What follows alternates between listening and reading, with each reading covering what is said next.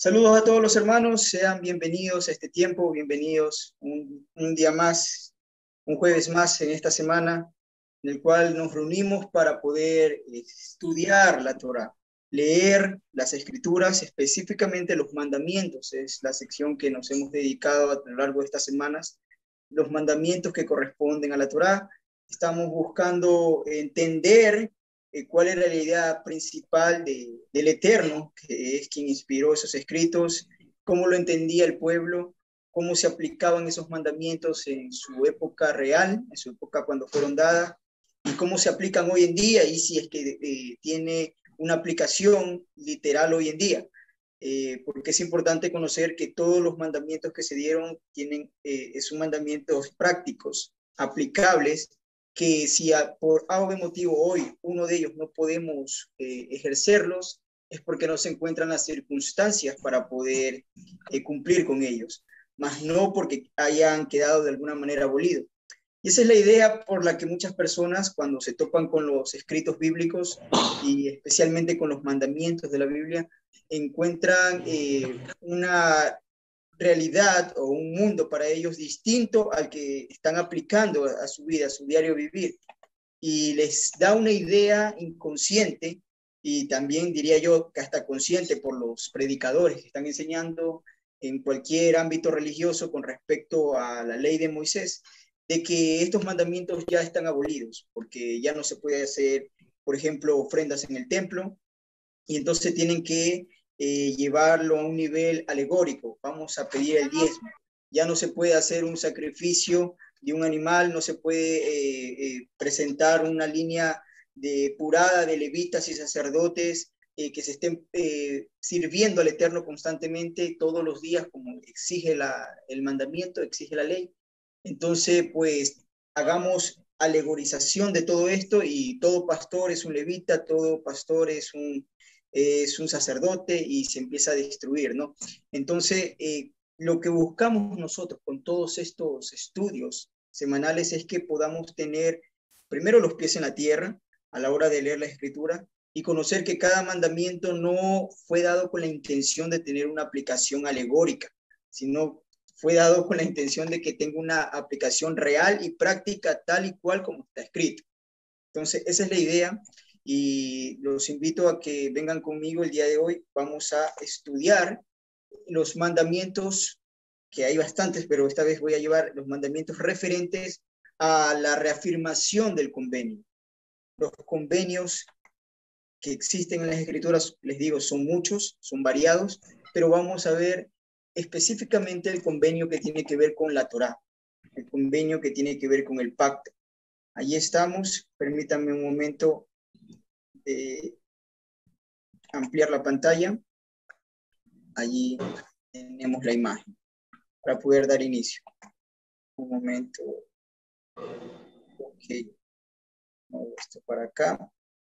Entonces, hoy vamos a llevar el tema, como les decía, las leyes, porque estamos estudiando la sección de las leyes de la Torá, son las leyes de la reafirmación del convenio de la Torá, lo que el Eterno les llamó al pueblo a que hagan, a que practiquen y que ejerzan una vez que entren en la tierra para que ellos reconozcan que están entrando en un convenio, que están entrando en un pacto.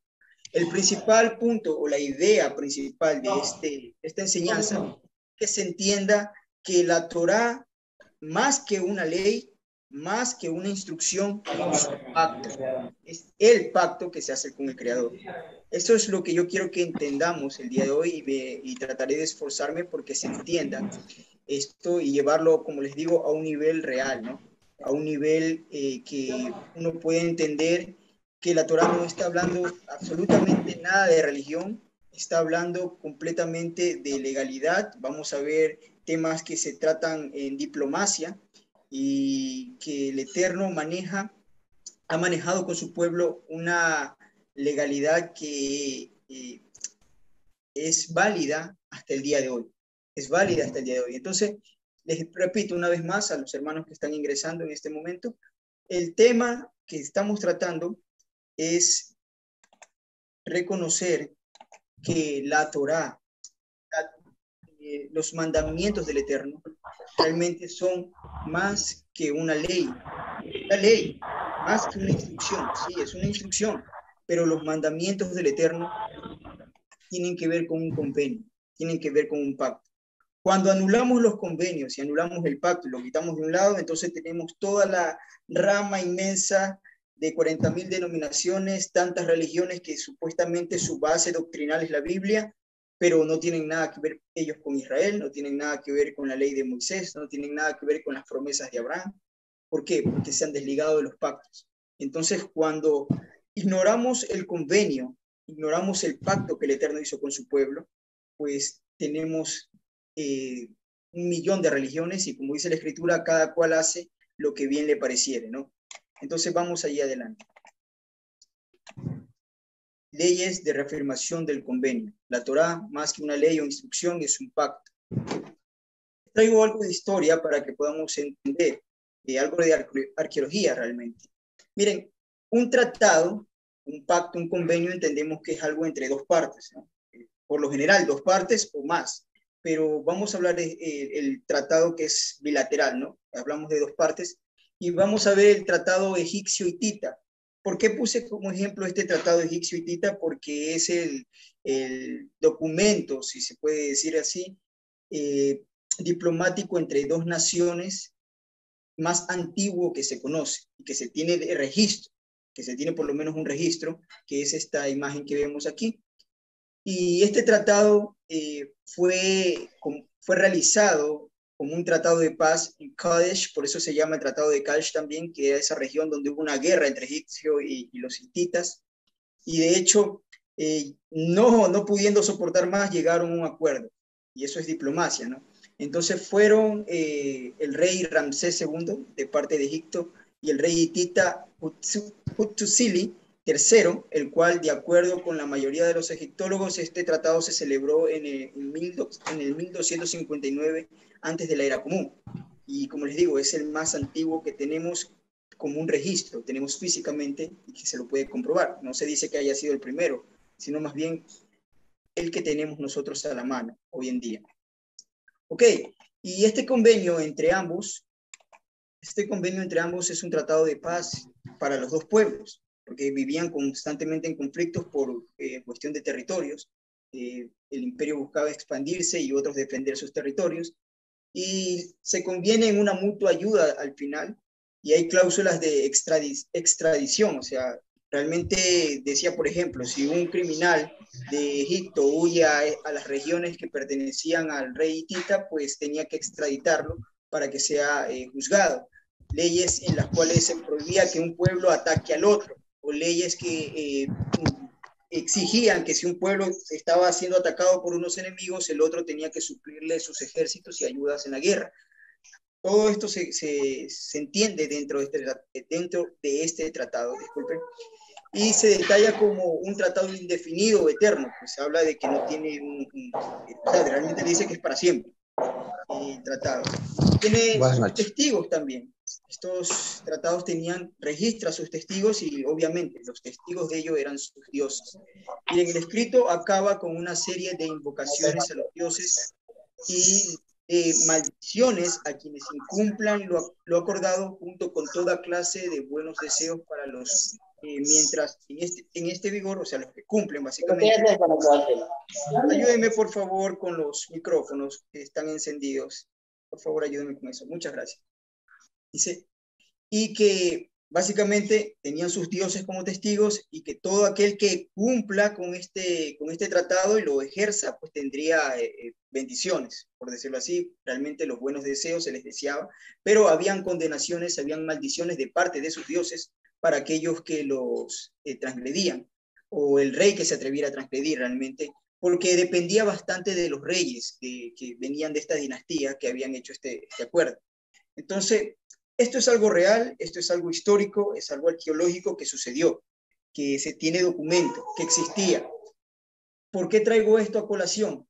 Porque realmente cuando usted va a analizar la escritura, usted se va a dar cuenta que es un tratado exactamente muy parecido en la estructura al que estamos viendo aquí. Es la Torá, es el tratado, de hecho en el libro de Deuteronomio, muy parecido, muy similar a lo que encontramos en el libro de Deuteronomio, la estructura de este tratado que se ha encontrado.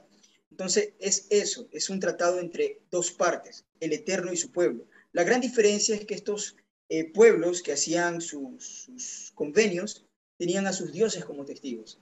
Este es la Torá, realmente es el único documento que tiene como testigo al cielo y a la tierra, y ya es un tratado entre el pueblo o la nación de Israel y el creador de todo lo que existe, el Eterno.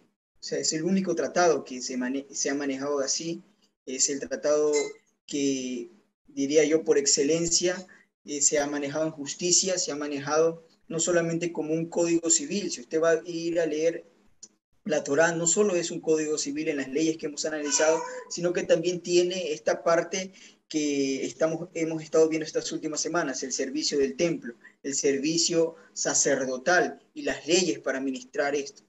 Y se lo conoce como esos tratados de vasallaje, que son los tratados donde hay un rey poderoso, un rey soberano y un rey vasallo, hablando entre, para que entendamos, el Eterno sería el rey soberano y Moisés en ese momento sería el rey vasallo o el gobernador que se sometía a este convenio junto con el pueblo para tener un acuerdo, un pacto con este creador. Ahora, llegando a este punto y entendiendo que eso realmente es la Torá, entendemos nosotros que el Creador ha dejado en claro que la ofensa de la Torá es una violación al pacto. No solamente es una violación al código orgánico de la constitución del pueblo de Israel, es una violación al pacto. Por ejemplo, el más clásico de todos los mandamientos que se han quebrantado a lo largo de la historia de Israel es la idolatría. Y siempre hubo juicio por ello, porque es una violación al pacto, es una violación al convenio.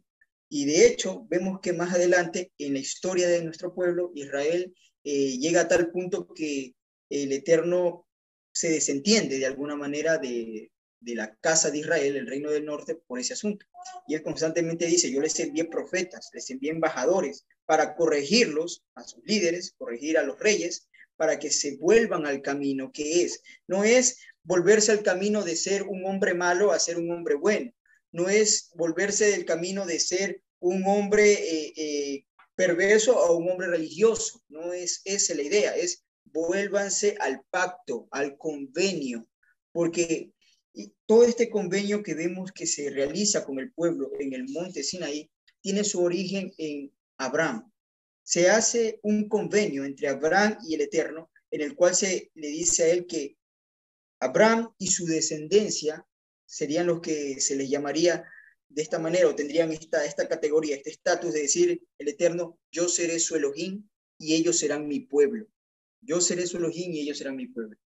Ninguna otra nación alrededor del mundo puede tener ese eslogan, ese estatus, ese nivel. Nadie puede tener eso, solamente Israel. No se puede.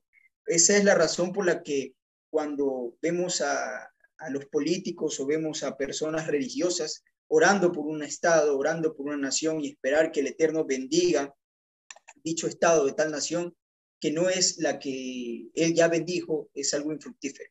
Es algo que no tiene cabida, es algo que no tiene un ejercicio que tenga frutos, porque sería palabra muerta, porque el Eterno ya bendijo a Israel, no va a bendecir a nadie más. Y entre eso también hay que conocer que lo que vamos a leer más adelante, vamos a ver el pacto o esta reafirmación del pacto que se hizo en el monte Gerizim y en el monte Ebal, y donde en el monte Ebal se levanta un altar y esto se hace una vez que entran a la tierra, que cruzan el Jordán y empiezan a conquistar la tierra. Es una ceremonia que se hace para que el pueblo entienda y recuerde el pacto. Ahora, esto no puede ser para nosotros algo que debemos pasarlo así nomás y decir, ya, entonces entiendo que tenemos que, el único pueblo al que el Eterno ha bendecido es Israel y tenemos que bendecir a Israel y empezamos a hablar o empezamos a fijarnos en el Israel del 1948, la nación-estado que es igual que cualquier otro estado de las Naciones Unidas, el Israel que hoy actualmente reside en el Medio Oriente como una nación más. ¿Por qué? no podemos verla de esta manera, como muchos dentro de este camino se confunden y caen en lo que Yeshua llamó el gran engaño. O sea, muchos serán engañados, serán atraídos a una mentira, y es eso, donde hoy muchas personas creyentes en Yeshua empiezan a levantar banderas con banderas de Israel, empiezan a utilizar frases hebreas y empiezan a bendecir a Israel. Otros llevan sus fondos económicos para apoyar alguna actividad que se está haciendo en Israel, que su pueblo realmente no es un pueblo israelita, es un pueblo israelí. Y eso ellos mismos lo han definido y lo han dejado claro. Entonces, no vemos a ellos como el pueblo del Eterno como Estado. Esto tiene que estar claro, como Estado. No es como que ese fuera el Estado de Israel. Si nosotros analizamos la historia, nos vamos a dar cuenta que no es así. Que hay etnia israelita descendiente de Abraham, correcto, y es el pueblo del Eterno como lo está en medio de muchas naciones, en medio de todas las naciones, como lo hay aquí en Ecuador, como lo hay en Colombia, lo hay en Panamá, lo hay en Norteamérica, lo hay en Europa. Existe el pueblo del Eterno también en la tierra de Israel, pero ese estado al cual alguien va a decir, bueno, entonces voy a orar por ese estado porque entiendo que solamente es Israel. Tengamos cuidado, porque estamos hablando de que el Estado o el pueblo al que el Eterno ejerció, el Estado que el Eterno gobierna como su pueblo, es el que está fundamentado en este pacto, el que está fundamentado en la Torá. Por eso pone al pueblo en el monte Gerizim y en el monte Baal a pronunciar las bendiciones y las maldiciones antes de entrar a la tierra, antes de darles el reposo. ¿Por qué? Porque yo les estoy concediendo la tierra, les estoy dando el reposo, es para que ustedes guarden mi pacto, porque esta concesión de la tierra que se le hizo a Abraham es parte del convenio, es parte de un pacto que se hizo con él.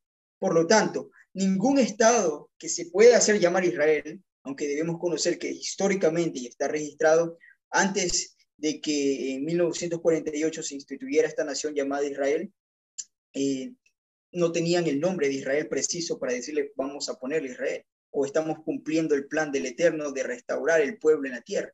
Tenían varios nombres, de hecho, pero una vez que ellos se establecen, no se establecen con la Torá, no lo contemplan realmente, no contemplan para nada el pacto del Eterno. Es un pueblo ajeno a la voluntad del Eterno. Es un pueblo ajeno a la voluntad que el Eterno estableció de cómo debía organizarse su pueblo, porque no está fundamentada en la Torá. Eso sí tenemos que tenerlo claro. Es la Torá lo que nos vuelve pueblo. Es el convenio. ¿Cómo yo puedo llamarle hermano a usted? Es porque usted está bajo los lineamientos de la Torá, según el orden de Yeshua. Porque entre las naciones quien trae al pueblo es Yeshua. O sea, realmente no es el judaísmo que trae entre las naciones al pueblo, no está profetizado tampoco así. Los profetas del Eterno han anunciado que Pendón sería levantado entre las naciones y a ellos se congregarán los pueblos, y dice que la raíz de Isaí es ese pendón, es esa bandera, ese estandarte entre las naciones, la raíz de Isaí, y eso es lo que ha hecho Yeshua.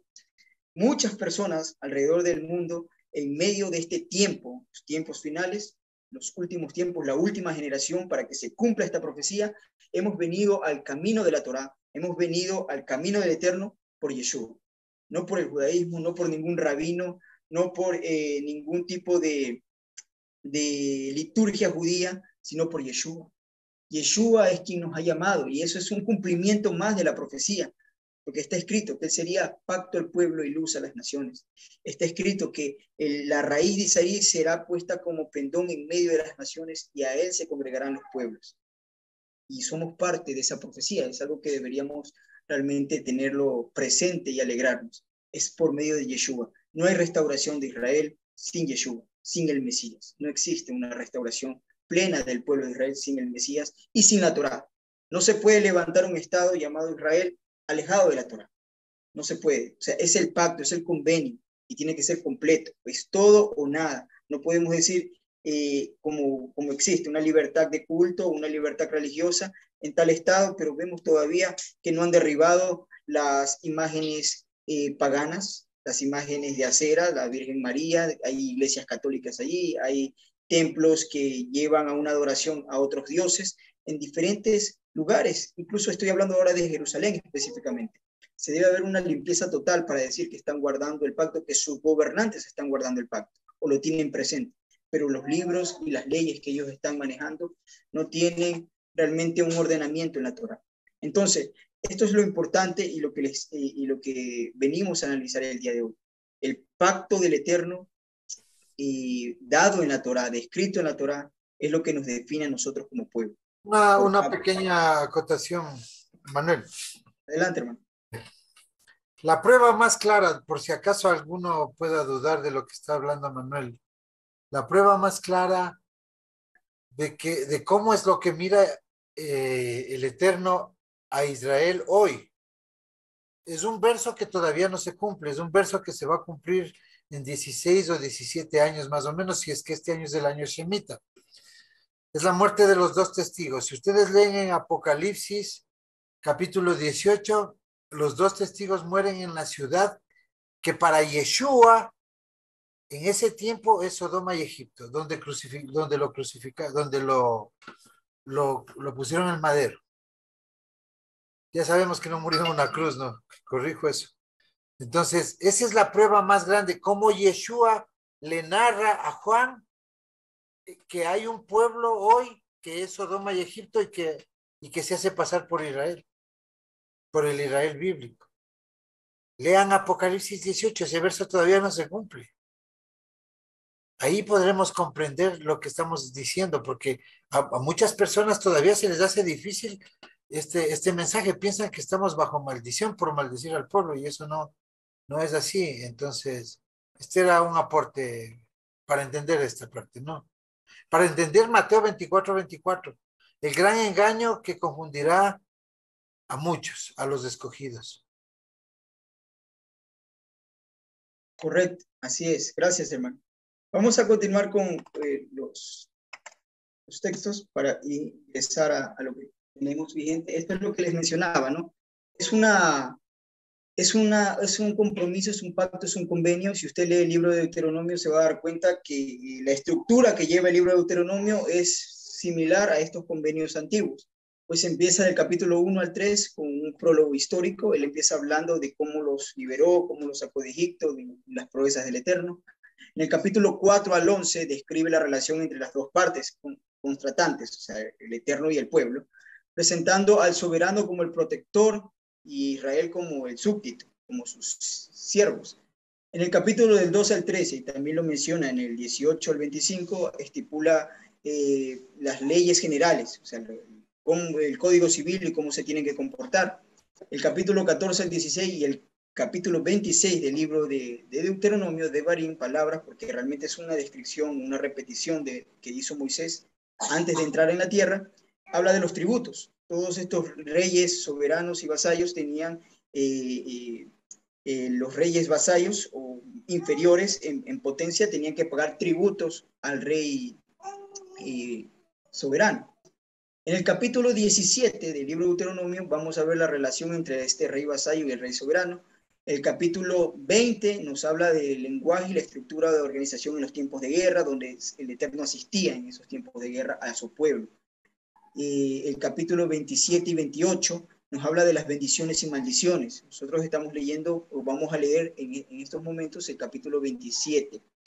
Mencionaba el capítulo 20, que se presenta el Eterno en tiempos de guerra, y es realmente una muestra que el Eterno les dice, ustedes ganaron la guerra, o ganaron la tierra, no fue por sus fuerzas, sino por la asistencia que les daba. Y el capítulo 27 al 28 nos habla de las bendiciones y maldiciones que siempre han leído en estos convenios. Y el capítulo 29 habla de la renovación del pacto, hablando de los tiempos futuros, porque ya contemplaba una renovación del pacto, porque contemplaba también una desobediencia del pueblo después de que ingresara a la tierra. Las condiciones sobre la concesión de la tierra, de que si ustedes desobedecen y no guardan mis mandamientos, pues serían echados de la tierra, ¿no? Serían expatriados, llevados al cautiverio.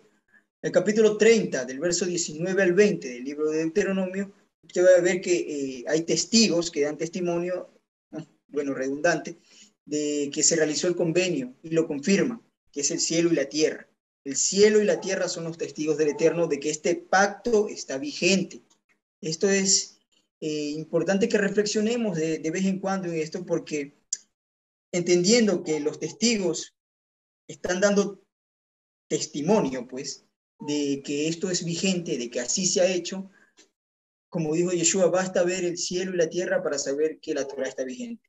Que ni una yud, que es la letra más pequeñita de la Torah, sería quitada antes de que pase el cielo y la tierra. O sea, todo está vigente, no hay nada que haya sido cambiado, no va a cambiar, realmente no va a cambiar. El pacto que el Eterno ha hecho con su pueblo es la fidelidad que el Eterno muestra con su palabra primeramente y con nosotros o con la descendencia de Abraham. Porque recuerden que él en los profetas, en el libro de Isaías, él dice que yo he perdonado sus transgresiones por amor de mí mismo, dice. No dice porque los amo mucho a ustedes, dice por amor de mí mismo, o sea, por cumplir a su palabra, por la justicia de cumplir a la promesa y al juramento que hizo los patriarcas.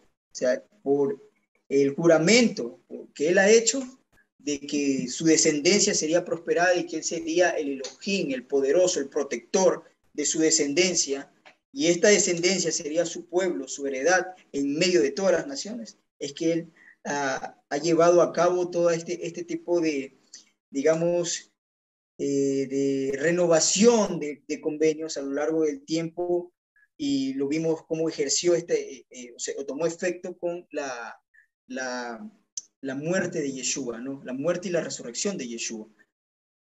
Permítanme entrar aquí en un paréntesis. Es importante que entendamos esto del cielo y de la tierra porque muchas de las personas que utilizan argumentos o quieren argumentar de que el eterno Elohim de Israel está con los gobernantes o está con el estado actual de Israel y que es parte del cumplimiento de una profecía y de hecho toman los tiempos utilizando lo que ocurrió en 1948, donde se les dio por la ONU un nombre de nación, como un tiempo profético, le llaman el reloj profético de Dios.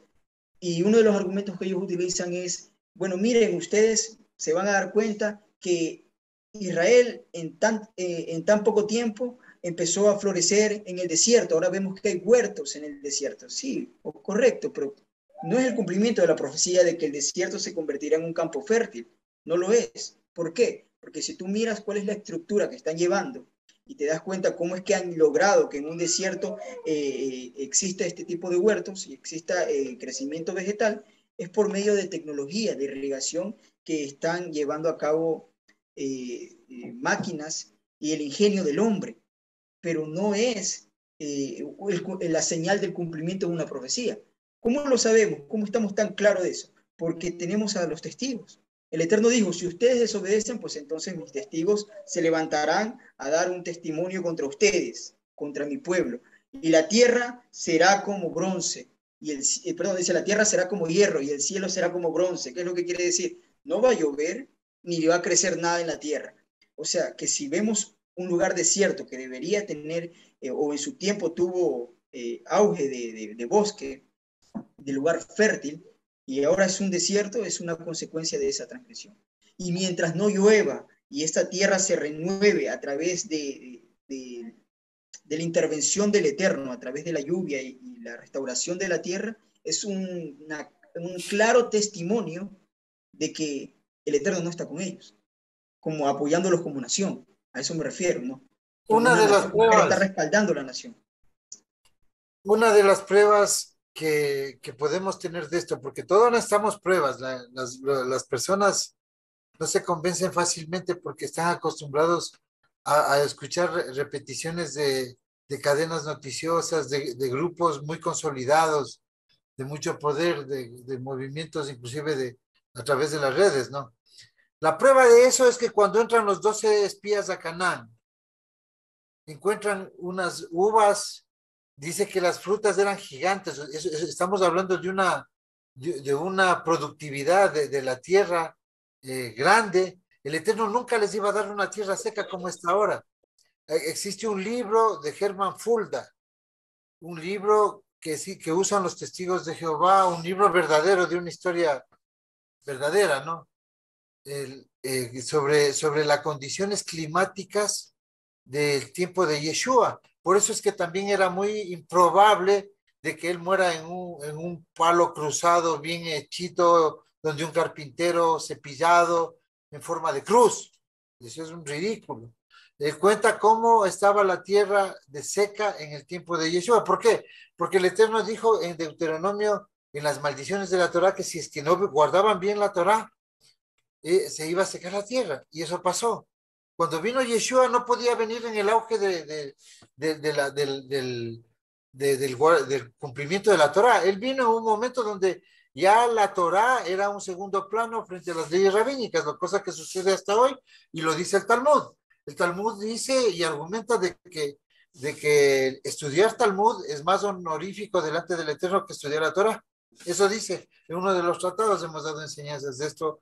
No estamos acusando ni diciendo un testimonio probable, no, así son las cosas.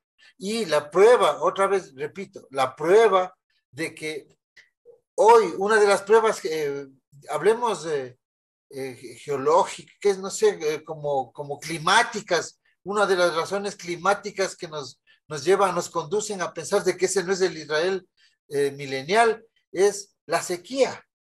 La sequía, o sea, sigue todavía. Que ahí hay pueblo del Eterno, claro que hay. Y ellos han tenido mucho ingenio y muchos han descubierto infinidad de cosas. Son premios Nobel, aunque también el Instituto Pasteur es sionista y se han dado ese lugar, pero de todas maneras el pueblo del Eterno siempre ha sido muy inteligente. Y hay ahí personas que son de ese linaje y el pueblo y han tenido tecnología, nadie puede negar eso. Pero esa no es la bendición. La bendición no es que poner unas mangueras de riego ni inventar bombas. La bendición es que vengan las lluvias, que los vientos traigan, así como trajeron las codornices cuando pidieron carne el pueblo de una manera natural. Así, esa es la lluvia. La lluvia que tiene que ser, la lluvia tardía es mucho más grande que la temprana, la lluvia de otoño. Ya lo dijo Yeshua, refiriéndose al tiempo de las revelaciones, del Apocalipsis, de las fiestas de otoño, pero también hablando de que volverán las lluvias tardías, que serán mucho más abundantes, ¿no? Entonces, es hasta la saciedad comprobado este tema, sino que siempre es bueno repetir. Adelante, Manuel. Sí, o sea, la verdad es que buscamos nosotros que no caigamos en un engaño, no seamos inocentes en la manera de pensar y en la manera de juzgar las cosas. Con la Torá, dos o tres testigos siempre, con la Torá, la justicia por delante y la Torá en primer lugar, ¿no? O sea, sus mandamientos, su instrucción y el pacto en primer lugar. Y es lo que nos debe llevar a nosotros a hacer un juicio justo, un juicio correcto porque a primera vista es muy fácil engañarse, es muy fácil caer en un engaño. Y Yeshua habló de este engaño que sería en el cual muchos de los escogidos caerían. Dice, muchos de los escogidos serían engañados al final de los tiempos. Y obviamente no estaba hablando de que ellos irían detrás de un falso Mesías, sino detrás de un falso reino. Porque como les digo, es real, muchas personas hoy en día consideran que el Estado actual de Israel es una obra que el Eterno ha hecho y nadie la puede tocar, nadie la puede señalar, ni criticar, ni decir nada, y prefieren aplaudir a todo lo que salga de allí, aunque sean misiles y bombas que están acabando con el pueblo real de Israel, el linaje de Abraham, que se encuentra en el Líbano. Entonces tenemos que tener mucho tino también a la hora de hablarlo y a la hora de entenderlo, porque nadie está acusando al pueblo del linaje, pues es nuestro pueblo, es nuestra sangre. O sea, no estamos en contra del pueblo ni el linaje, ni se está negando que el pueblo del Eterno está allí, para nada. Estamos hablando de un pueblo que son nuestros hermanos. También hablamos con toda la frontalidad de que hay simiente mezclada, y dentro del gobierno de israelí también hay simiente mezclada. Pero el punto aquí es que analicemos esto. Si no están apuntalados en la Torá, no están con el Eterno. Es como hoy en día, es como decir, y todos me van a comprender los que estamos en esta aula virtual, de que alguien, no importa el corazón o los buenos deseos que tenga, la buena voluntad que tenga por algo, si esta persona no está en convenio con el Eterno por medio de la Torá y está rezándole a un santo, está rezándole a un muñeco de madera o busca como intercesión María, no importa los buenos sentimientos, eso no tiene un efecto legal delante del Eterno. O sea, porque está buscando acercarse al Eterno de una manera en que el Eterno no describió o detalló qué es el protocolo que se le debe llevar a él. Entonces, es exactamente lo mismo, no es por emoción, no es por sentimiento, es por legalidad. Si no cumplen con este requisito, que es el primordial de la Torá, nadie va a entrar al reino. O sea, por lo tanto, un gobierno que no tiene la Torá como una constitución, que no tiene la Torá como un pacto entre él y su nación, pues entonces no es el reino. O sea, es sencillo, no es parte del reino. Y esto sí es algo que es necesario repetirlo constantemente para que podamos tener claras las ideas, ¿no? Y terminamos con el capítulo 31 del verso 10 del libro de Deuteronomio, donde encontramos que un ordenamiento de la lectura pública del convenio de modo frecuente, o sea, cada 7 años es que se hacía en el año Shemitah, en el año de reposo de la tierra, en el año que nadie tenía que trabajar, todos podían asistir, y de hecho está estipulado que en la fiesta de Sukkot todo varón tenía que subir y habitar en Sukkah, habitar en tabernáculos, todos tenían que congregarse, estar juntos y subir a Jerusalén, tenían que estar allí. Y ahí es donde se leía esto que estamos verificando hoy, que es el libro de Deuteronomio, se leía el convenio al pacto a los oídos del pueblo, para que ellos puedan aprender y conocer y reconocer su historia sin olvidarla, de dónde vienen y que tienen un convenio con el Creador.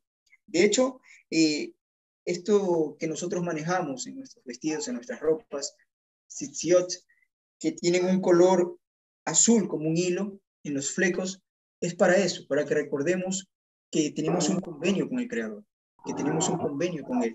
Existe una idea que se ha planteado, y no estoy diciendo que sea la correcta, pero la dejo allí porque tampoco es que es contra la Torá, más bien es algo que podría apoyarse, en la que plantea que las piedras que se crearon por mano del Eterno, donde están el decálogo, las 10 palabras, eran de color zafiro, pues cuando se presenta el pueblo con Aarón y Moisés y los 70 ancianos, dice que el suelo del trono del Eterno donde ellos estaban reunidos era como zafiro, y él les describe y dice que es como el cielo azul cuando está sereno, y describe el cielo como zafiro, esas piedras donde estaban, el suelo como un zafiro, color azul.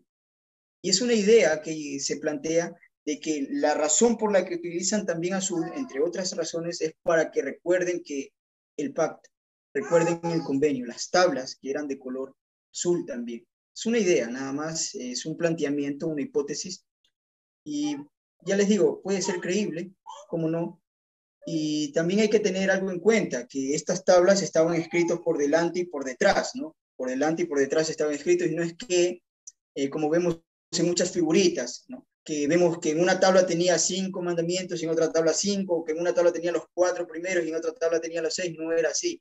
Estaba escrito por delante y por fuera, y una tabla tenía todo, y la otra tabla también tenía todo, los 10. ¿Por qué habían 2 tablas? Porque era una copia. 2 tablas con un mismo documento era una copia, porque era costumbre cuando se hacían este tipo de tratados que una copia se quedaba una parte y la otra parte del convenio.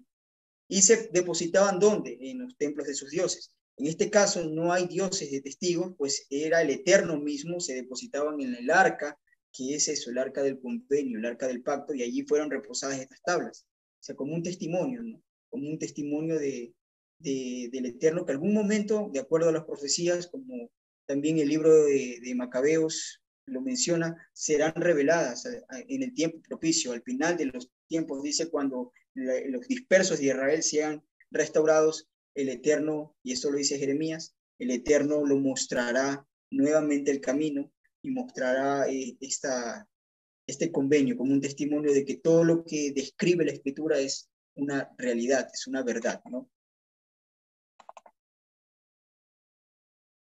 Vamos avanzando. Digo, es necesario entender que esto es un convenio, no es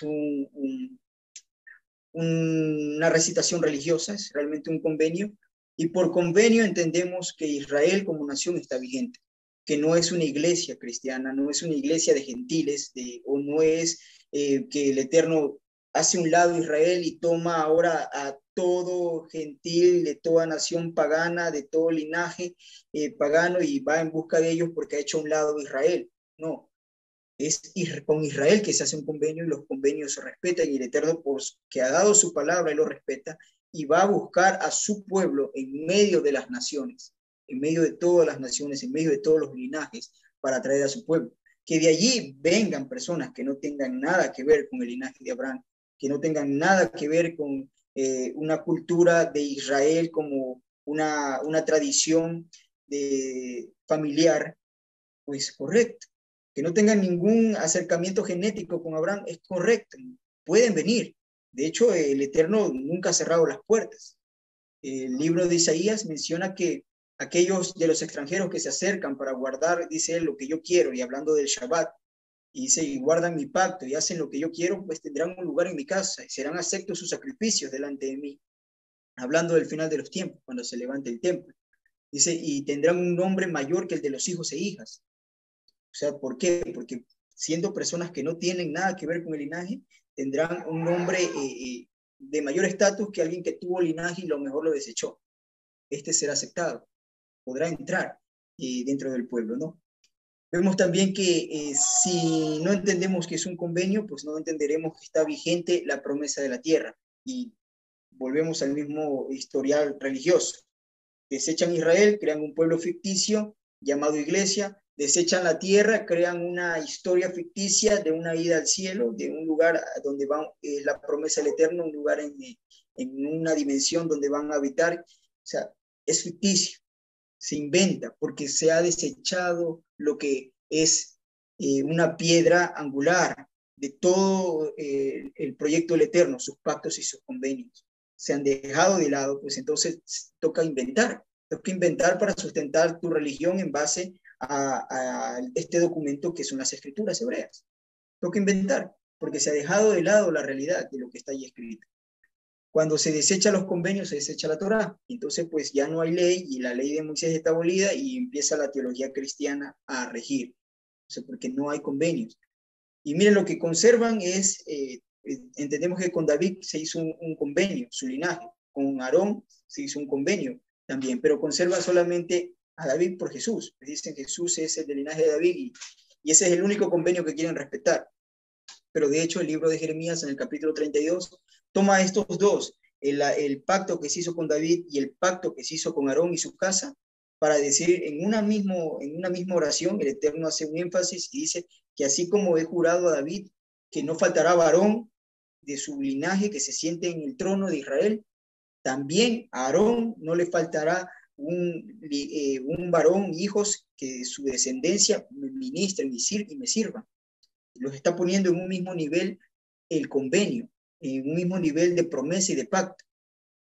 Hoy en día, pues dicen, ya no hay levitas, ya no hay sacerdotes, y se nombran a dedo, a títulos, sacerdotes, sin ninguna consideración del Eterno, y a los que se llaman pastores, a los que se llaman sacerdotes católicos, me refiero, ¿no?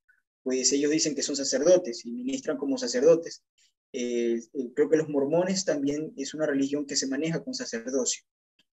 Entonces, ellos hablan de una institución que ha suplantado a los levitas. Son sacerdotes que ellos dicen somos sacerdotes, pero que nada tienen que ver con el linaje de Leví, que nada tienen que ver con el linaje de Aarón. Son sacerdotes que han levantado haciendo una sombra profética también de lo que ocurrió con la Casa del Norte, que levantaron ellos en un lugar de adoración donde el Eterno no había escogido, levantaron sacerdotes que no eran del linaje de Aarón, levantaron fiestas y tiempos, temporadas que no eran las que el Eterno había establecido, y así lo vemos hoy en día a todos aquellos que tienen como una base la Biblia, las escrituras hebreas, pero no consideran los pactos y los convenios, no los consideran para nada, porque si no considerarían todos estos puntos que están fundamentados en convenios, ¿no?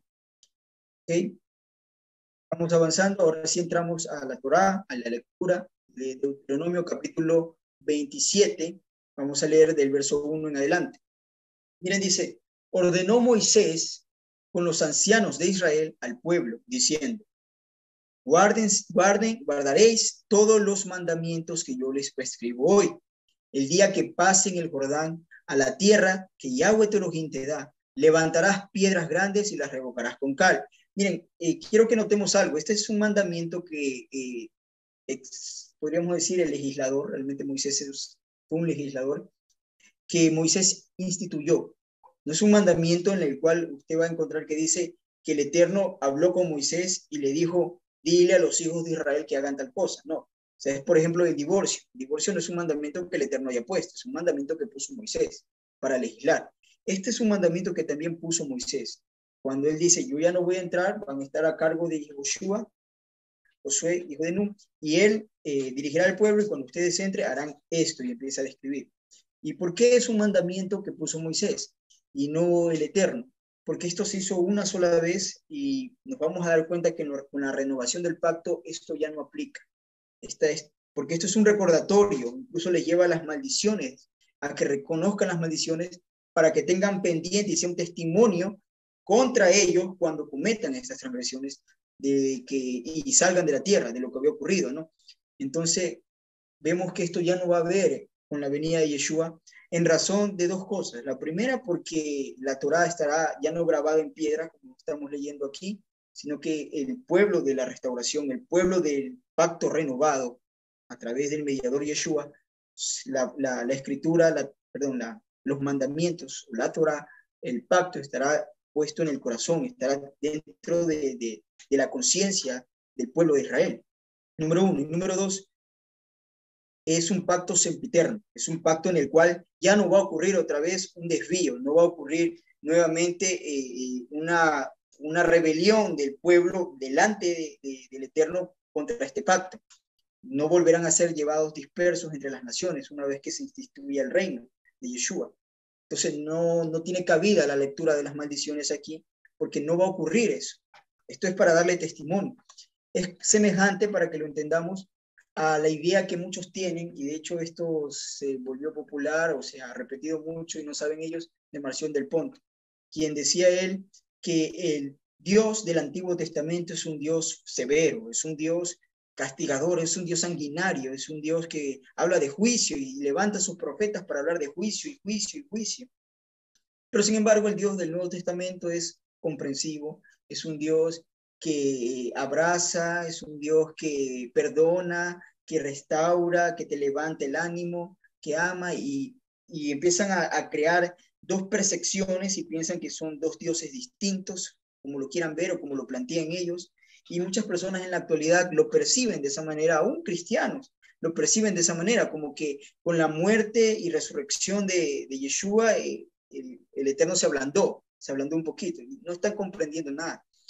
Todo es parte de un mismo proyecto y de una misma profecía. Si usted lee el libro de Deuteronomio, el capítulo 31 y 30 más que nada, usted se va a dar cuenta que el Eterno levanta a Moisés con una profecía en la cual les dice, después de que haya venido sobre ustedes la bendición y la maldición, les ocurrirán estas cosas. Y habla de la bendición donde tendrían todo en la tierra. La maldición es cuando empiecen a sufrir las consecuencias de desobedecer la Torá. Y miren, en ese trayecto de desobedecer las consecuencias de la Torá es donde entran estos profetas a decirles, mientras están en la tierra, todavía están en la tierra, dentro del territorio de Israel prometido, estos profetas entran a decirles, arrepiéntanse, vuélvanse al pacto, vuélvanse al convenio, y no al pueblo, a los reyes, a los gobernantes, a los sacerdotes, que eran los que dirigían al pueblo. Y a ellos les empieza a llamar la atención. ¿Para qué? Para que eviten o prolonguen por lo menos el cumplimiento de la profecía que decía que los iba a llevar en medio de las naciones. Y se les anuncia esto para que cuando ocurra sepan que el Eterno lo había dicho. Y la misma profecía de Moisés no termina allí. Continúa diciendo que al final de los tiempos, en medio de las naciones donde el Eterno los ha repartido, los ha llevado, en medio de estas naciones, Él los hará volver, porque en medio de esas naciones empezarían a guardar los mandamientos y empezarían a guardar la Torá, pues dice que su corazón quedará circuncidado en medio de las naciones. Los traería de nuevo a la tierra. Entonces, estamos viendo dos, digamos, tiempos distintos de una misma profecía. Es lógico que un profeta en la época que Israel todavía estaba en la tierra se levante a decir, lo que viene es el juicio. Estamos viendo que va a venir el juicio y se advierte que van a venir ejércitos extranjeros y los van a llevar cautivos. El Eterno les dijo, por ejemplo, a la casa del norte y a todo Israel, y se cumplió en la casa del norte, les dijo que llegaría un punto donde comerían a sus propios hijos porque no tendrían que comer. Y era lógico, si no había lluvia, la tierra no producía fruto, morían los animales, moría aquellos que consumían los animales, que eran los hombres también. Era una cadena realmente, y tendría el punto donde tendrían que comer la única carne, la única comida que tendrían eran a veces hasta la carne de sus niños, y eso llegó a ocurrir en el reino del norte de Israel. Llegó a ocurrir, pasó eso. Entonces, ellos anunciaban estos males porque era lo que estaba por venir. Una vez que se cumplió el ser llevados expatriados, viene el Mesías, se levanta la restauración de Israel, inicia esta restauración de Israel, se renueva el pacto con Yeshua como un mediador, pues entonces, ¿qué le queda? Cumplir con la otra parte de la profecía de Moisés y anunciar a aquellos que estaban lejos de la tierra de Israel, que habían sido llevados cautivos sus antepasados por las consecuencias de su transgresión. Lo único que les queda es decirles, pues regresen.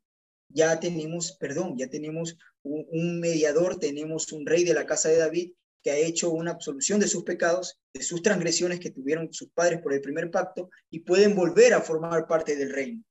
Entonces, habiendo dicho esto, pues entonces entendemos nosotros cómo existe o coexiste este tipo de dos profecías donde unos parecen que les invita al arrepentimiento con paciencia y restauración, y el otro es juicio y juicio. Están hablando de una misma profecía, la profecía que se dio de donde se les ligan todos los profetas. Deuteronomio 30, que se le dio a Moisés para que se le hablara en contra del pueblo, de lo que iba a ocurrir en los últimos días. Y hoy estamos viviendo, somos esa generación como la generación que le tocó vivir al pueblo de Yeshua, de sus discípulos, que están viendo este inicio de restauración. Ellos el inicio, nosotros estamos viendo la recolección final de la cosecha de lo que ellos hicieron, y tenemos este mensaje, ¿no?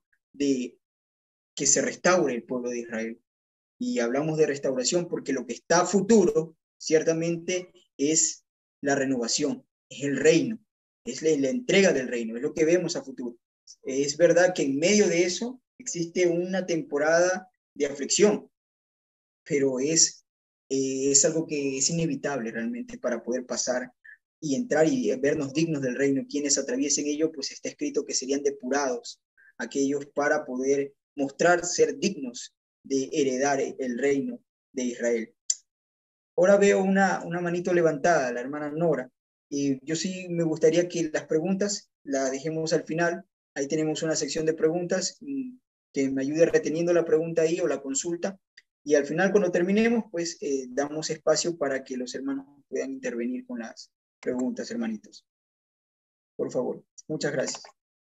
Ok, entonces vemos aquí en lo que menciona Deuteronomio capítulo 27, dice que el día que pases el Jordán, o sea, una vez que ya entres a la tierra, que Yahweh te los te da, levantarás piedras grandes y las revocarás con cal. O sea, piedras grandes. Esta era la ley que estaría escrita en piedra. Por eso si usted lee la carta de que Pablo le escribió a los Corintios en el capítulo, bueno, la segunda carta, o la tercera, pero la tenemos nosotros como segunda, que escribió a los Corintios, en el capítulo 3, él dice que nosotros somos ministros, dice él, de un nuevo pacto, de un pacto renovado, que no está escrito en piedra, dice él, ya no, sino está escrito en el corazón de su pueblo, está escrito en vuestros corazones, dice, con el espíritu, el Ruach, que lo ha escrito en vuestros corazones.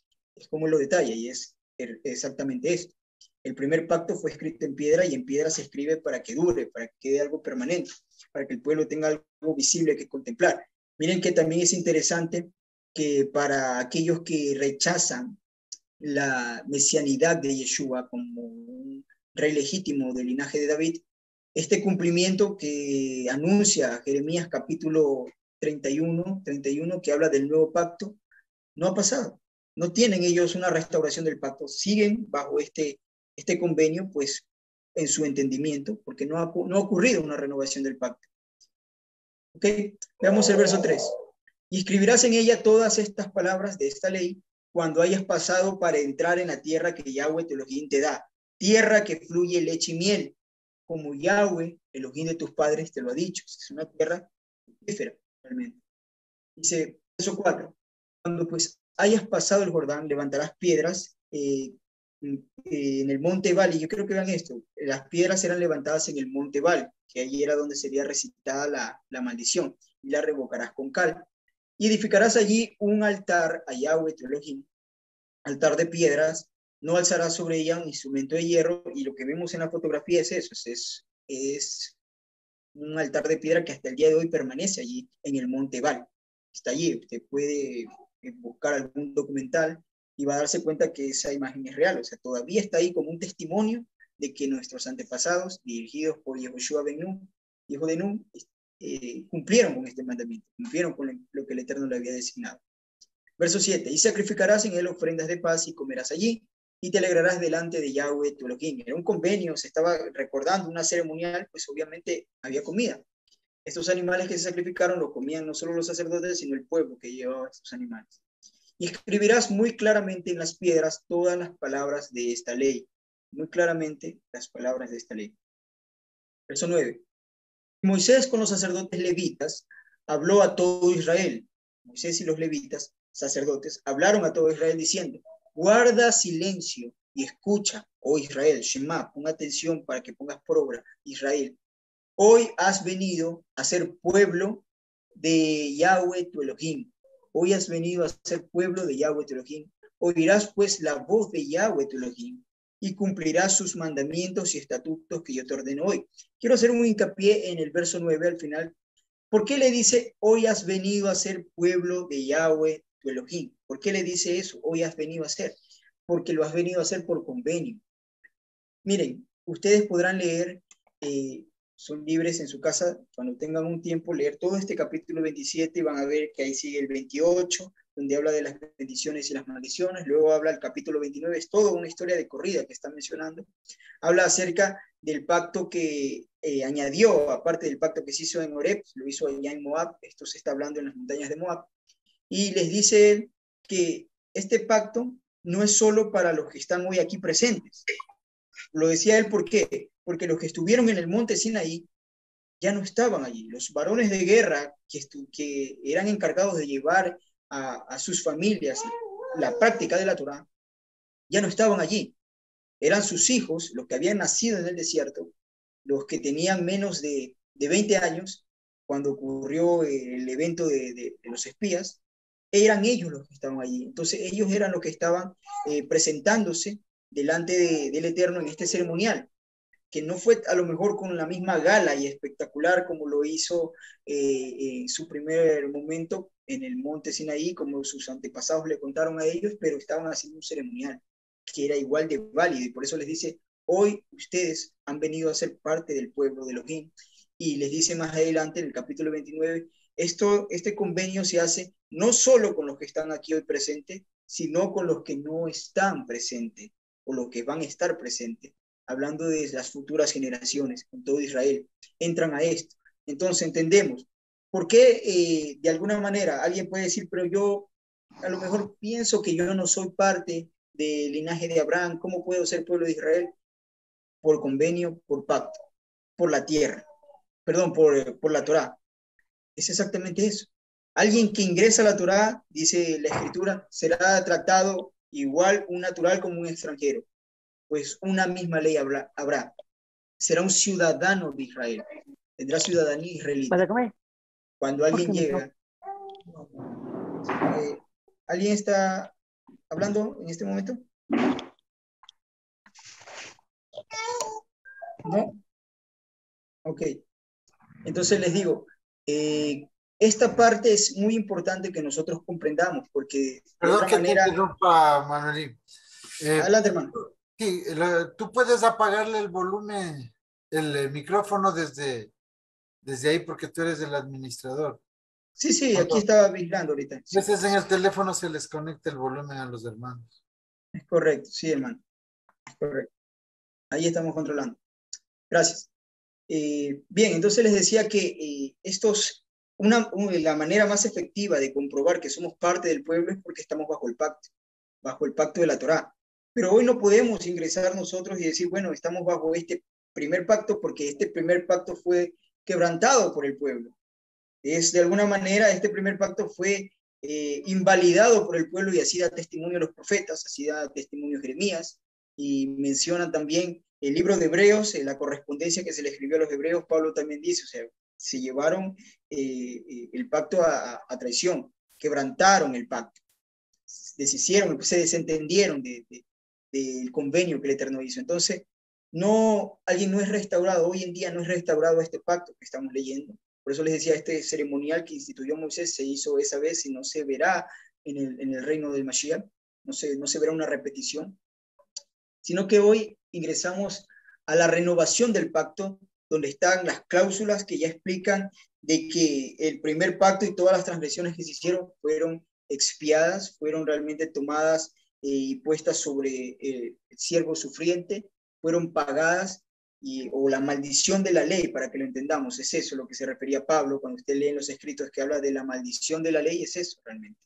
Es cuando alguien insiste vivir en este convenio que solo lleva a un, Pablo después le llama en el libro de Corintios, la letra mata. ¿Pero por qué dice eso? Es porque hay un juicio sobre ellos. O sea, la maldición de la ley es el juicio. Uno se vuelve bajo la ley o reo de la ley es cuando comete un delito. Y estaban bajo este juicio, pues está escrito, maldito todo aquel que no persevere en las palabras escritas en este libro de la ley para hacerlas, para ponerlas por obra.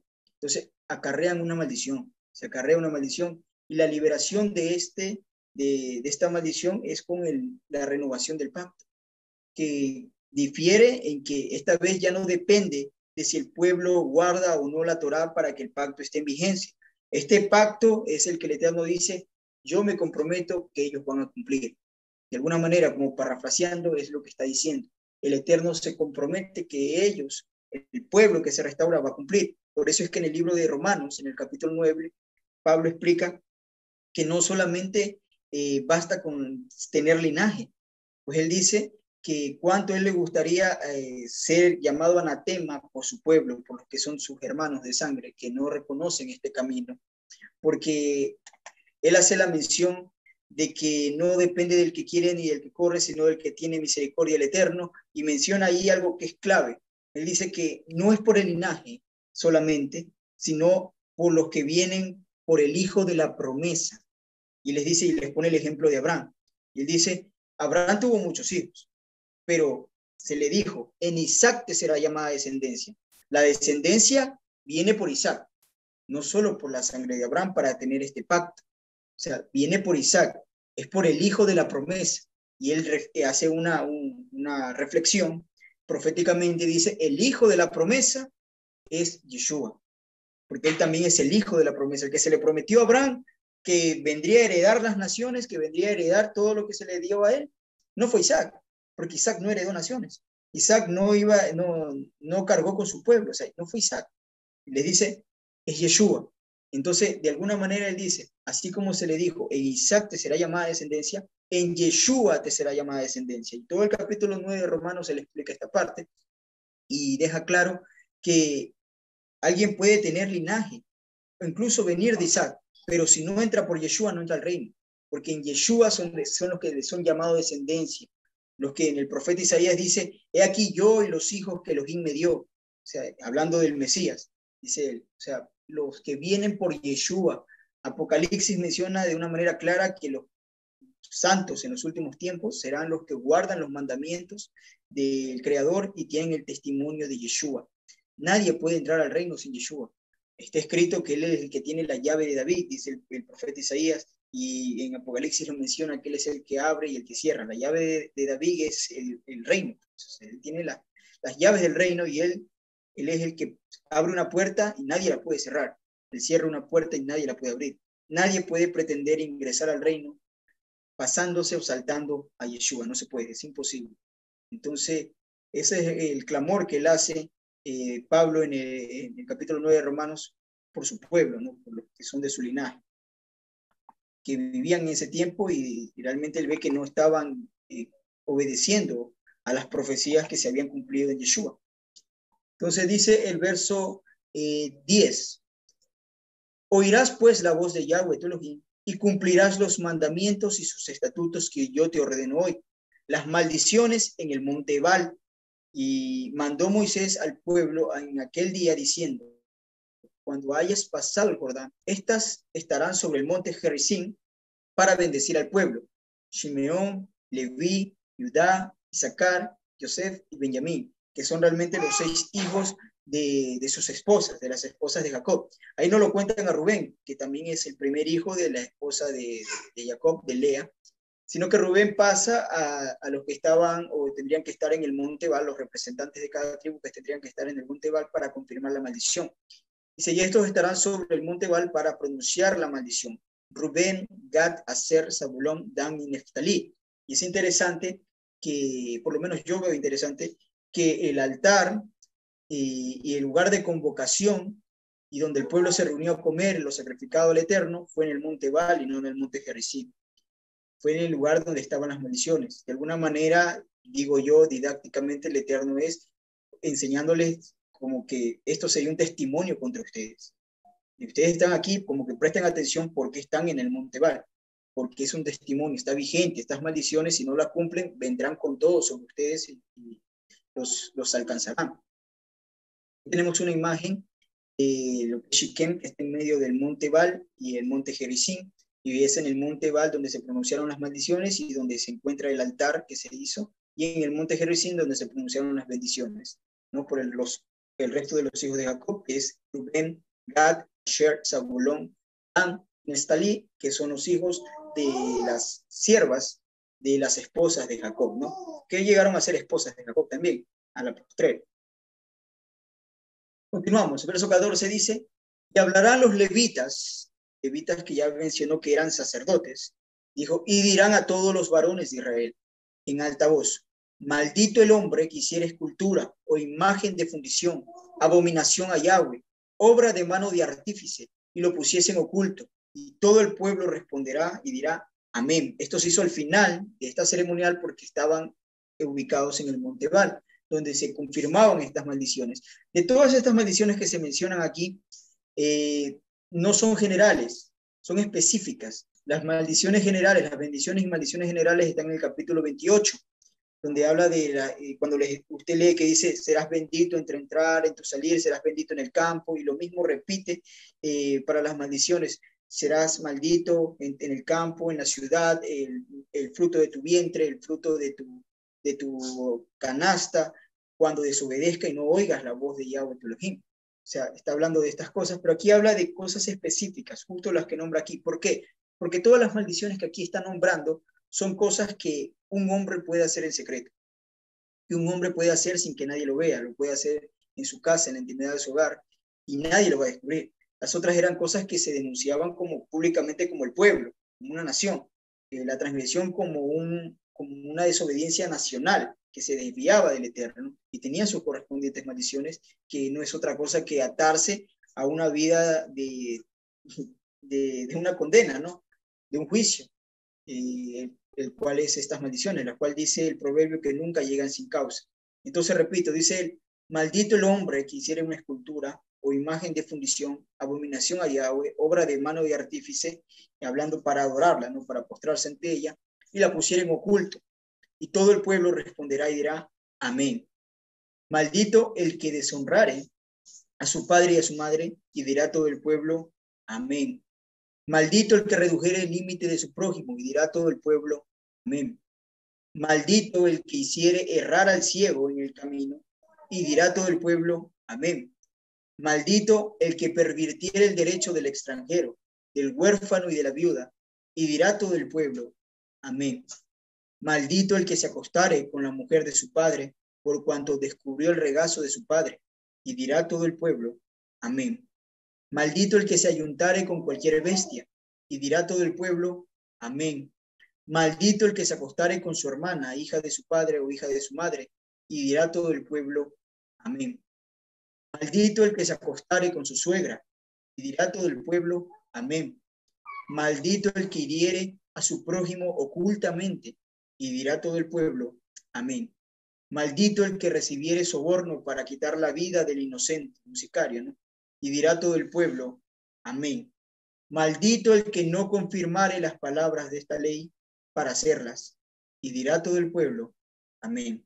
Y ahí termina el listado de maldiciones que presentan en el Monte Ebal como un testimonio, incluso para aquellas personas que podrían transgredir la Torá o comportarse de una manera injusta realmente en lo oculto, ¿no? Requieren o tienen su maldición, o sea, llegará, alcanzará. Miren lo que dice el profeta Jeremías en el capítulo 7 de su profecía, dice él, mas esto les mandé diciendo, hablando del Eterno, ¿no? En nombre del Eterno. Escucha mi voz y será a vosotros y seré a vosotros por Elohim y ustedes me serán por pueblo. Andad en todo camino que os mande para que os vaya bien. Esa es la cláusula, digamos, general, en resumidas cuentas, del primer pacto, del pacto que se hizo en el monte Sinaí. Escuchen lo que yo les digo y ustedes serán a mí por pueblo y yo seré a ustedes por Elohim. Anden en todo el camino que yo les mando y les va a ir bien. O sea, van a tener siempre la bendición y el respaldo del Eterno. Manuelín. Adelante, hermano. Sí, para darle otra vez un poquito de contexto a, a esto, ¿no? De las maldiciones y las bendiciones. Dice que les dijo que las maldiciones pronuncien un cierto número de tribus, entre las que estaba Dan, se pronunció en el monte Ebal, y las bendiciones en el monte Geritzim. Ya, por eso es que como se hizo un altar para pronunciar las maldiciones, las bendiciones en el monte Gerizim, ese es lo que tomaron los samaritanos para adulterar la Torá. Ellos dijeron que ese es el lugar indicado para levantar un templo, porque ahí son las bendiciones. O sea, no estaban locos. Así es como la religión, como el cristianismo. O sea, hay cosas que tienen coherencia, ¿no? Hasta han escrito enciclopedias para anular la Torá, pero es un desentendimiento. Por eso es que Yeshua es el primero que les hace la aclaratoria, que la salvación, el Salvador, el Mesías viene de Judea, no de Samaria. El Salvador de Samaria viene de Judea. Ese es el encuentro de Juan 22 con la samaritana, cuando él le dice, cuando se pasa todo esto, ¿no?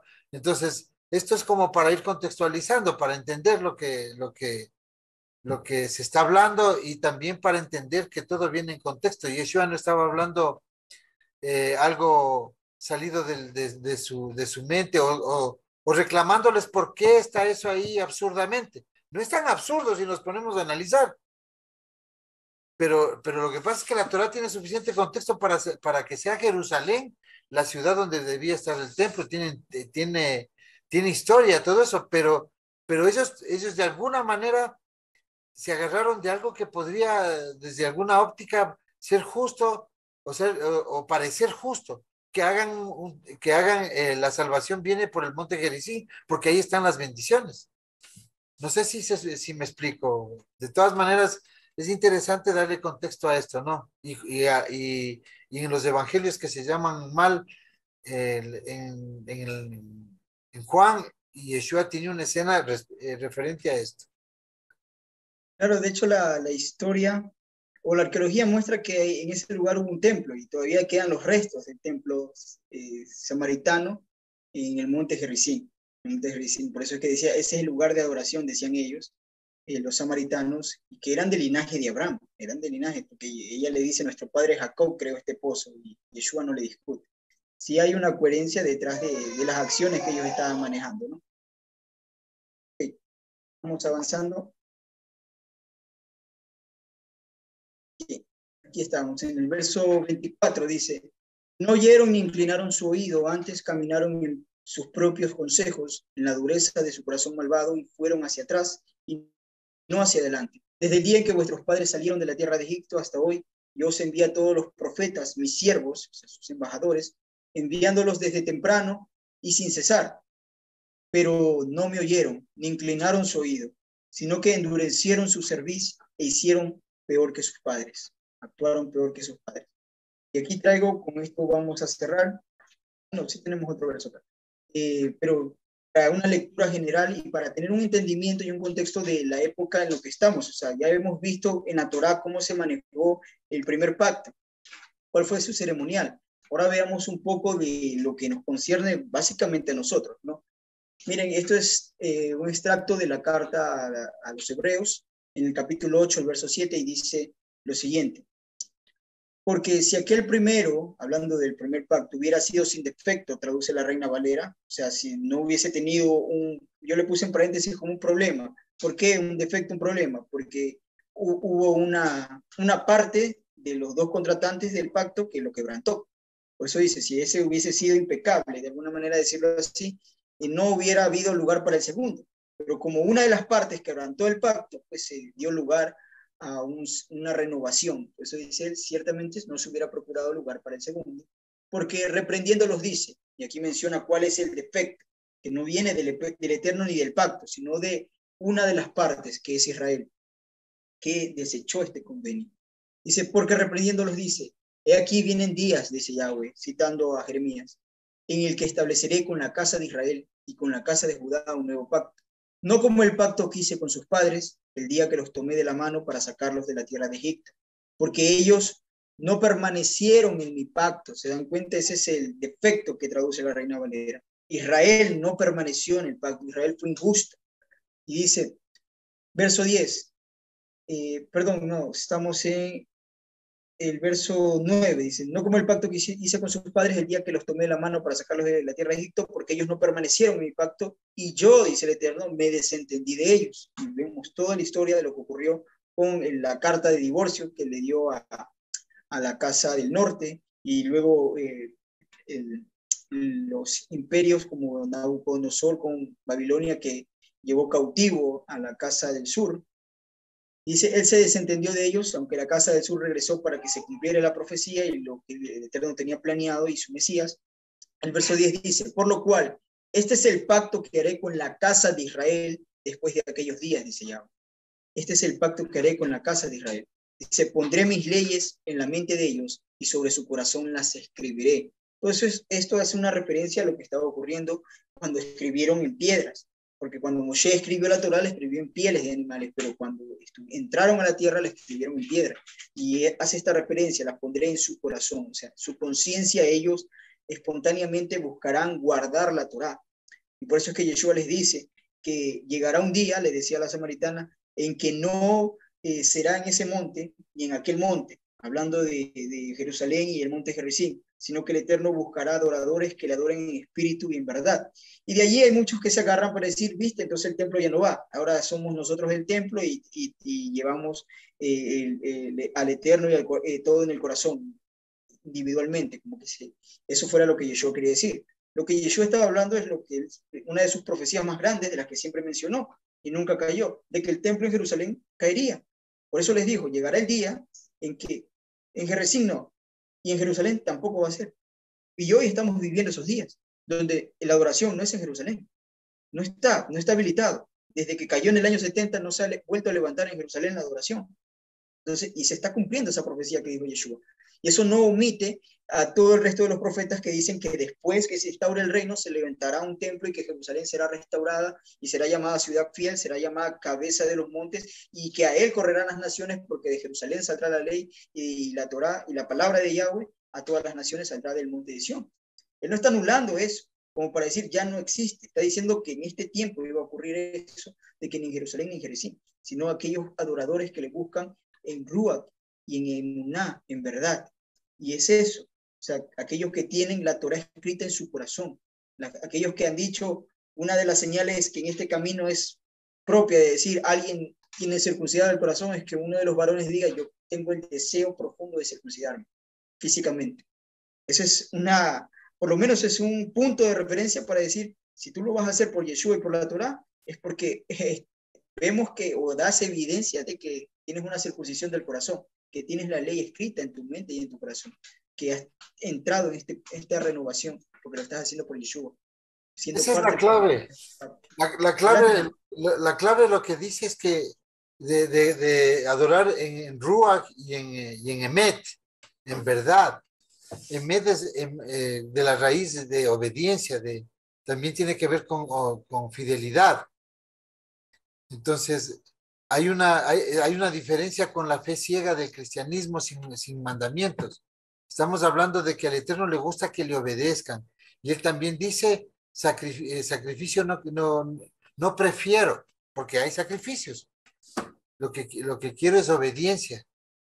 Por eso es que nosotros estamos en la Keilah del último tiempo buscando alinear nuestras vidas para agradar al Eterno, no en adoraciones de 2, 3 horas como hacíamos en la iglesia, en alabanzas, en cánticos a Jesucristo, que ya viene en una nube y se lleva al cielo a la gente.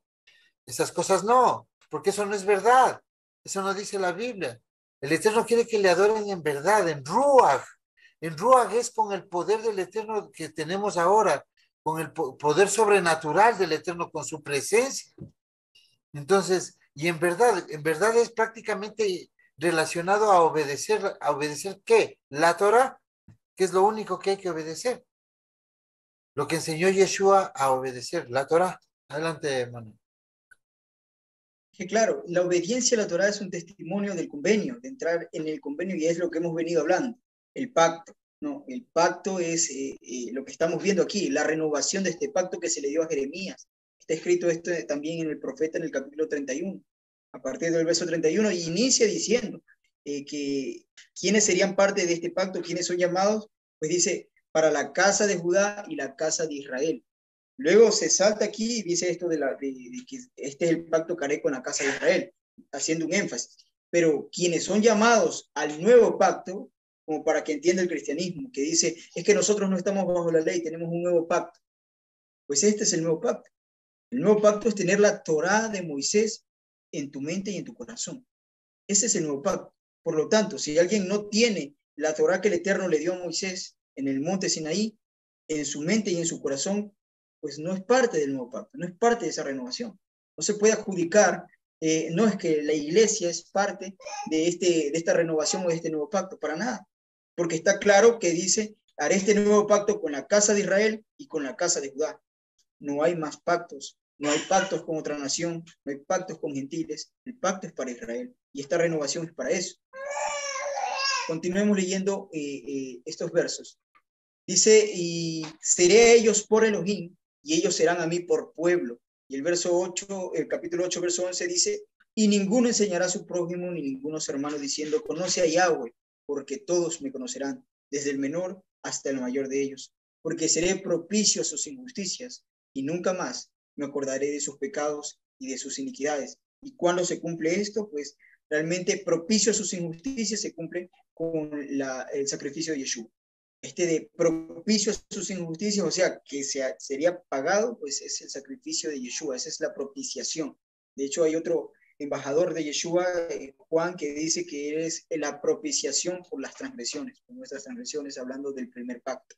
Pues Yeshua lo que viene a eliminar es la deuda que había bajo el primer pacto. Una vez que esta deuda que estaba bajo el primer pacto, que impedía, y eso dice también el autor de Hebreos, que impedía que ingrese aquellos que eran del linaje de Abraham, que estaban en medio de las naciones por la desobediencia de la Torá y habían sido llevados cautivos, pues ahora sí se les dice a sus semillas entre las naciones, a su linaje, a sus descendientes, a sus generaciones postreras, ahora pueden volver y formar parte del reino.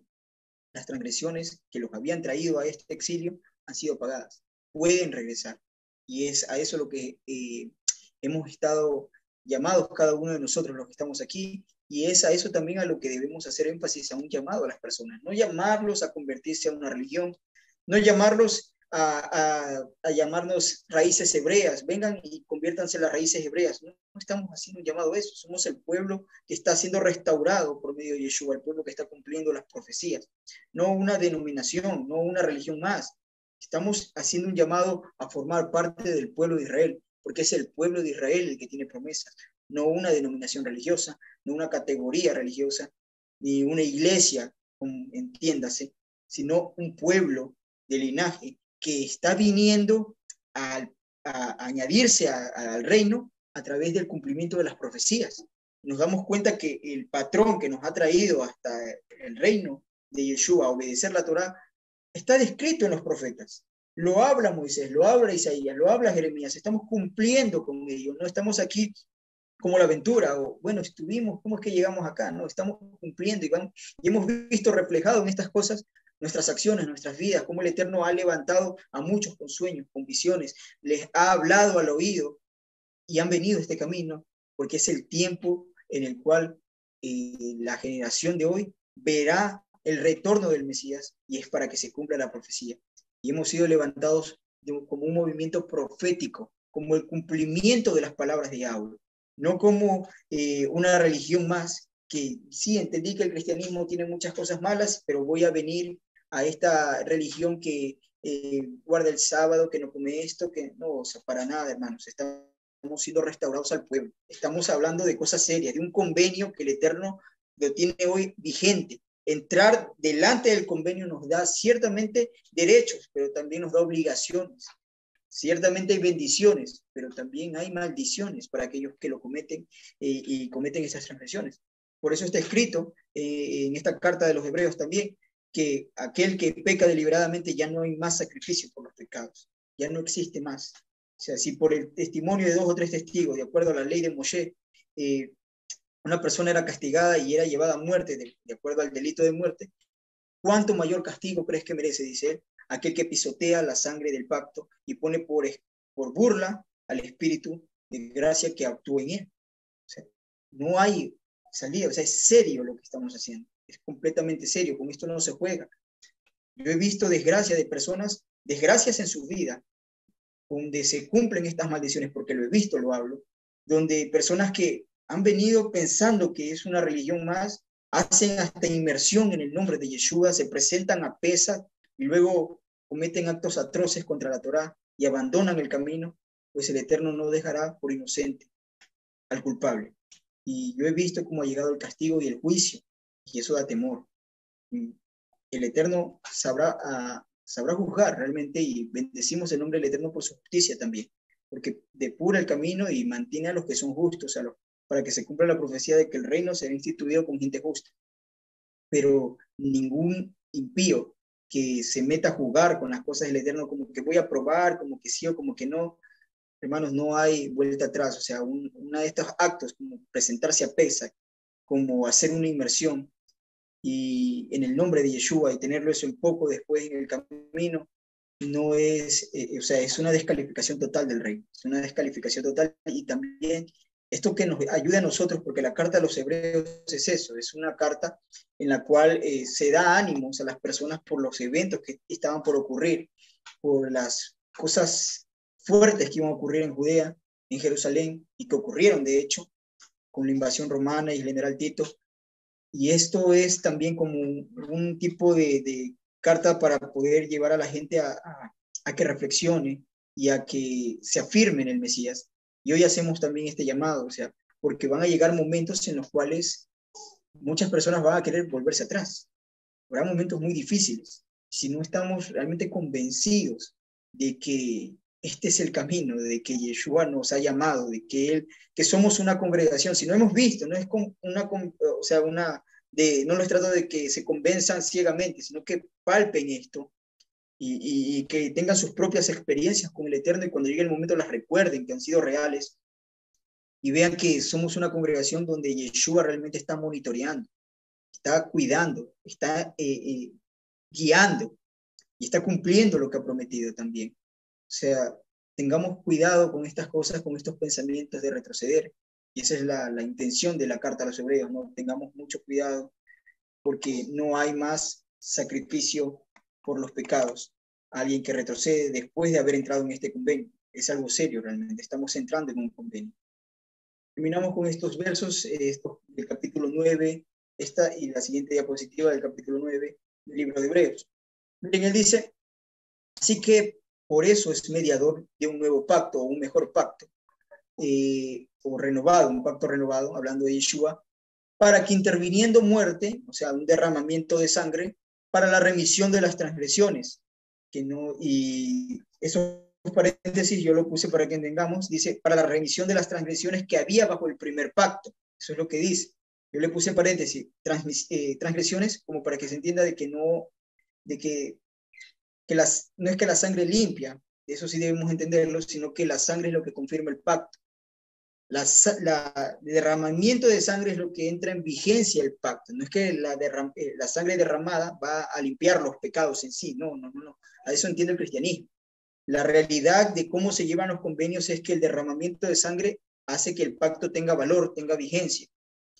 Dice, y este derramamiento por las transgresiones que había bajo el primer pacto, los llamados reciban la promesa de la herencia eterna. O sea, es el reino. porque donde hay un pacto es necesario que intervenga muerte por parte del moderador o el que está guiando. O sea, no muerte de él, sino que él derrame sangre. Eso es lo que dice que intervenga muerte, que haya derramamiento de sangre. Porque el pacto con la muerte o derramamiento de sangre se confirma, pues no es vigente en tanto se disponga de vida. Por eso es que él explica esto para que entendamos que era necesario que el Mashiach padeciese y de esa manera. Yo quiero hacer aquí un pequeño análisis con una imagen que tenemos allí. Es una imagen que se ha pintado de las explicaciones que dio Ron Wyatt acerca de dónde estaba el arca y cómo es que encontró la sangre del Mesías en el propiciatorio del arca. Miren, si seguimos leyendo, vamos a darnos cuenta en esta imagen, y de acuerdo a lo que aquí se dice, de que sin derramamiento de sangre no se hace remisión, y sin derramamiento de sangre no se puede ejercer o entrar en vigencia el pacto. Era necesario el derramamiento de sangre.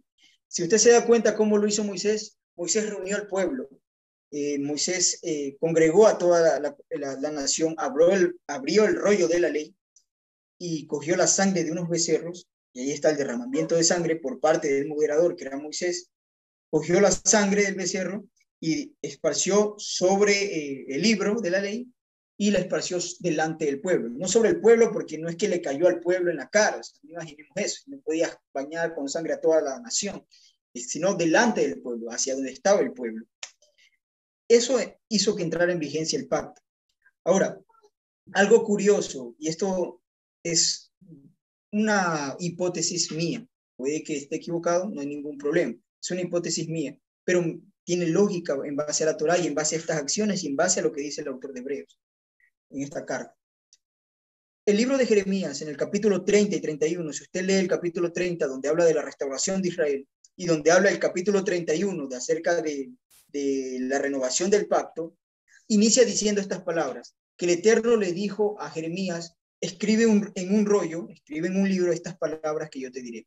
Y él obedece, escribe en un rollo aparte, un rollo específico, donde está solamente el capítulo 30 y el capítulo 31, porque eso es lo que narra en ese, después de que le dice escribe un rollo con estas palabras que te voy a decir. Después el capítulo 32 ya empieza a hablar de otra cosa, en otro tiempo incluso, después de años después.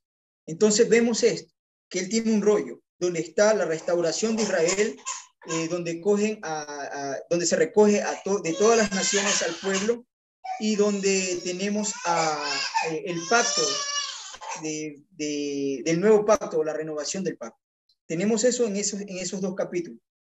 Vemos después por libros que se consideran deuterocanónicos, como el libro de Primera de Macabeos, que es Jeremías quien está encargado de esconder el arca. Y él describe que esconde el arca, que guarda el arca. Y hoy, en este tiempo, podemos ver el testimonio de Ron Wyatt, donde él encuentra esta arca y donde la sangre del Mesías, que fue derramada hacia el frente, hacia el pueblo, con agua y sangre, fue también la que cayó sobre el propiciatorio. Pienso yo que Jeremías, esto es personal, digo, que Jeremías debió también haber puesto este rollo que el Eterno le dijo que escriba dentro del arca o cerca del arca, para que sea una sombra muy similar a lo que acabamos de ver con la imagen y lo vamos a leer, de lo que hizo Moisés. Una parte de sangre en el rollo y la otra parte al pueblo. Es lo que hizo Moisés. Yeshua está haciendo algo similar con su sacrificio. La sangre que se derrama delante hacia el pueblo y la sangre que golpea el propiciatorio donde contenía este pacto. Porque es con el derramamiento de la sangre sobre, entiendo yo, el pacto y este convenio o la renovación del pacto, sí se entiende lo que dice Ron Wyatt, que allí estaba, también había un rollo. Él dice que habían pieles de animales y había un rollo. Es posible que sea la Torá de Moshe, y entre esos rollos es posible que también esté lo que yo estoy mencionando, el libro que es el Sefer que se le dio a Jeremías a escribir, para que se renueve este pacto, para que se empiece en vigencia y entre en vigencia la renovación de este pacto. Es un posible, puedo estar equivocado, no hay ningún problema, pero a mí me daría a entender a mí ahí que Yeshua está cumpliendo esa parte de rociar delante del pueblo hacia Jerusalén y rociar el pacto para que éste entre en vigencia. Y el pacto sí dice que sus pecados serían perdonados porque él sería propicio a ellos.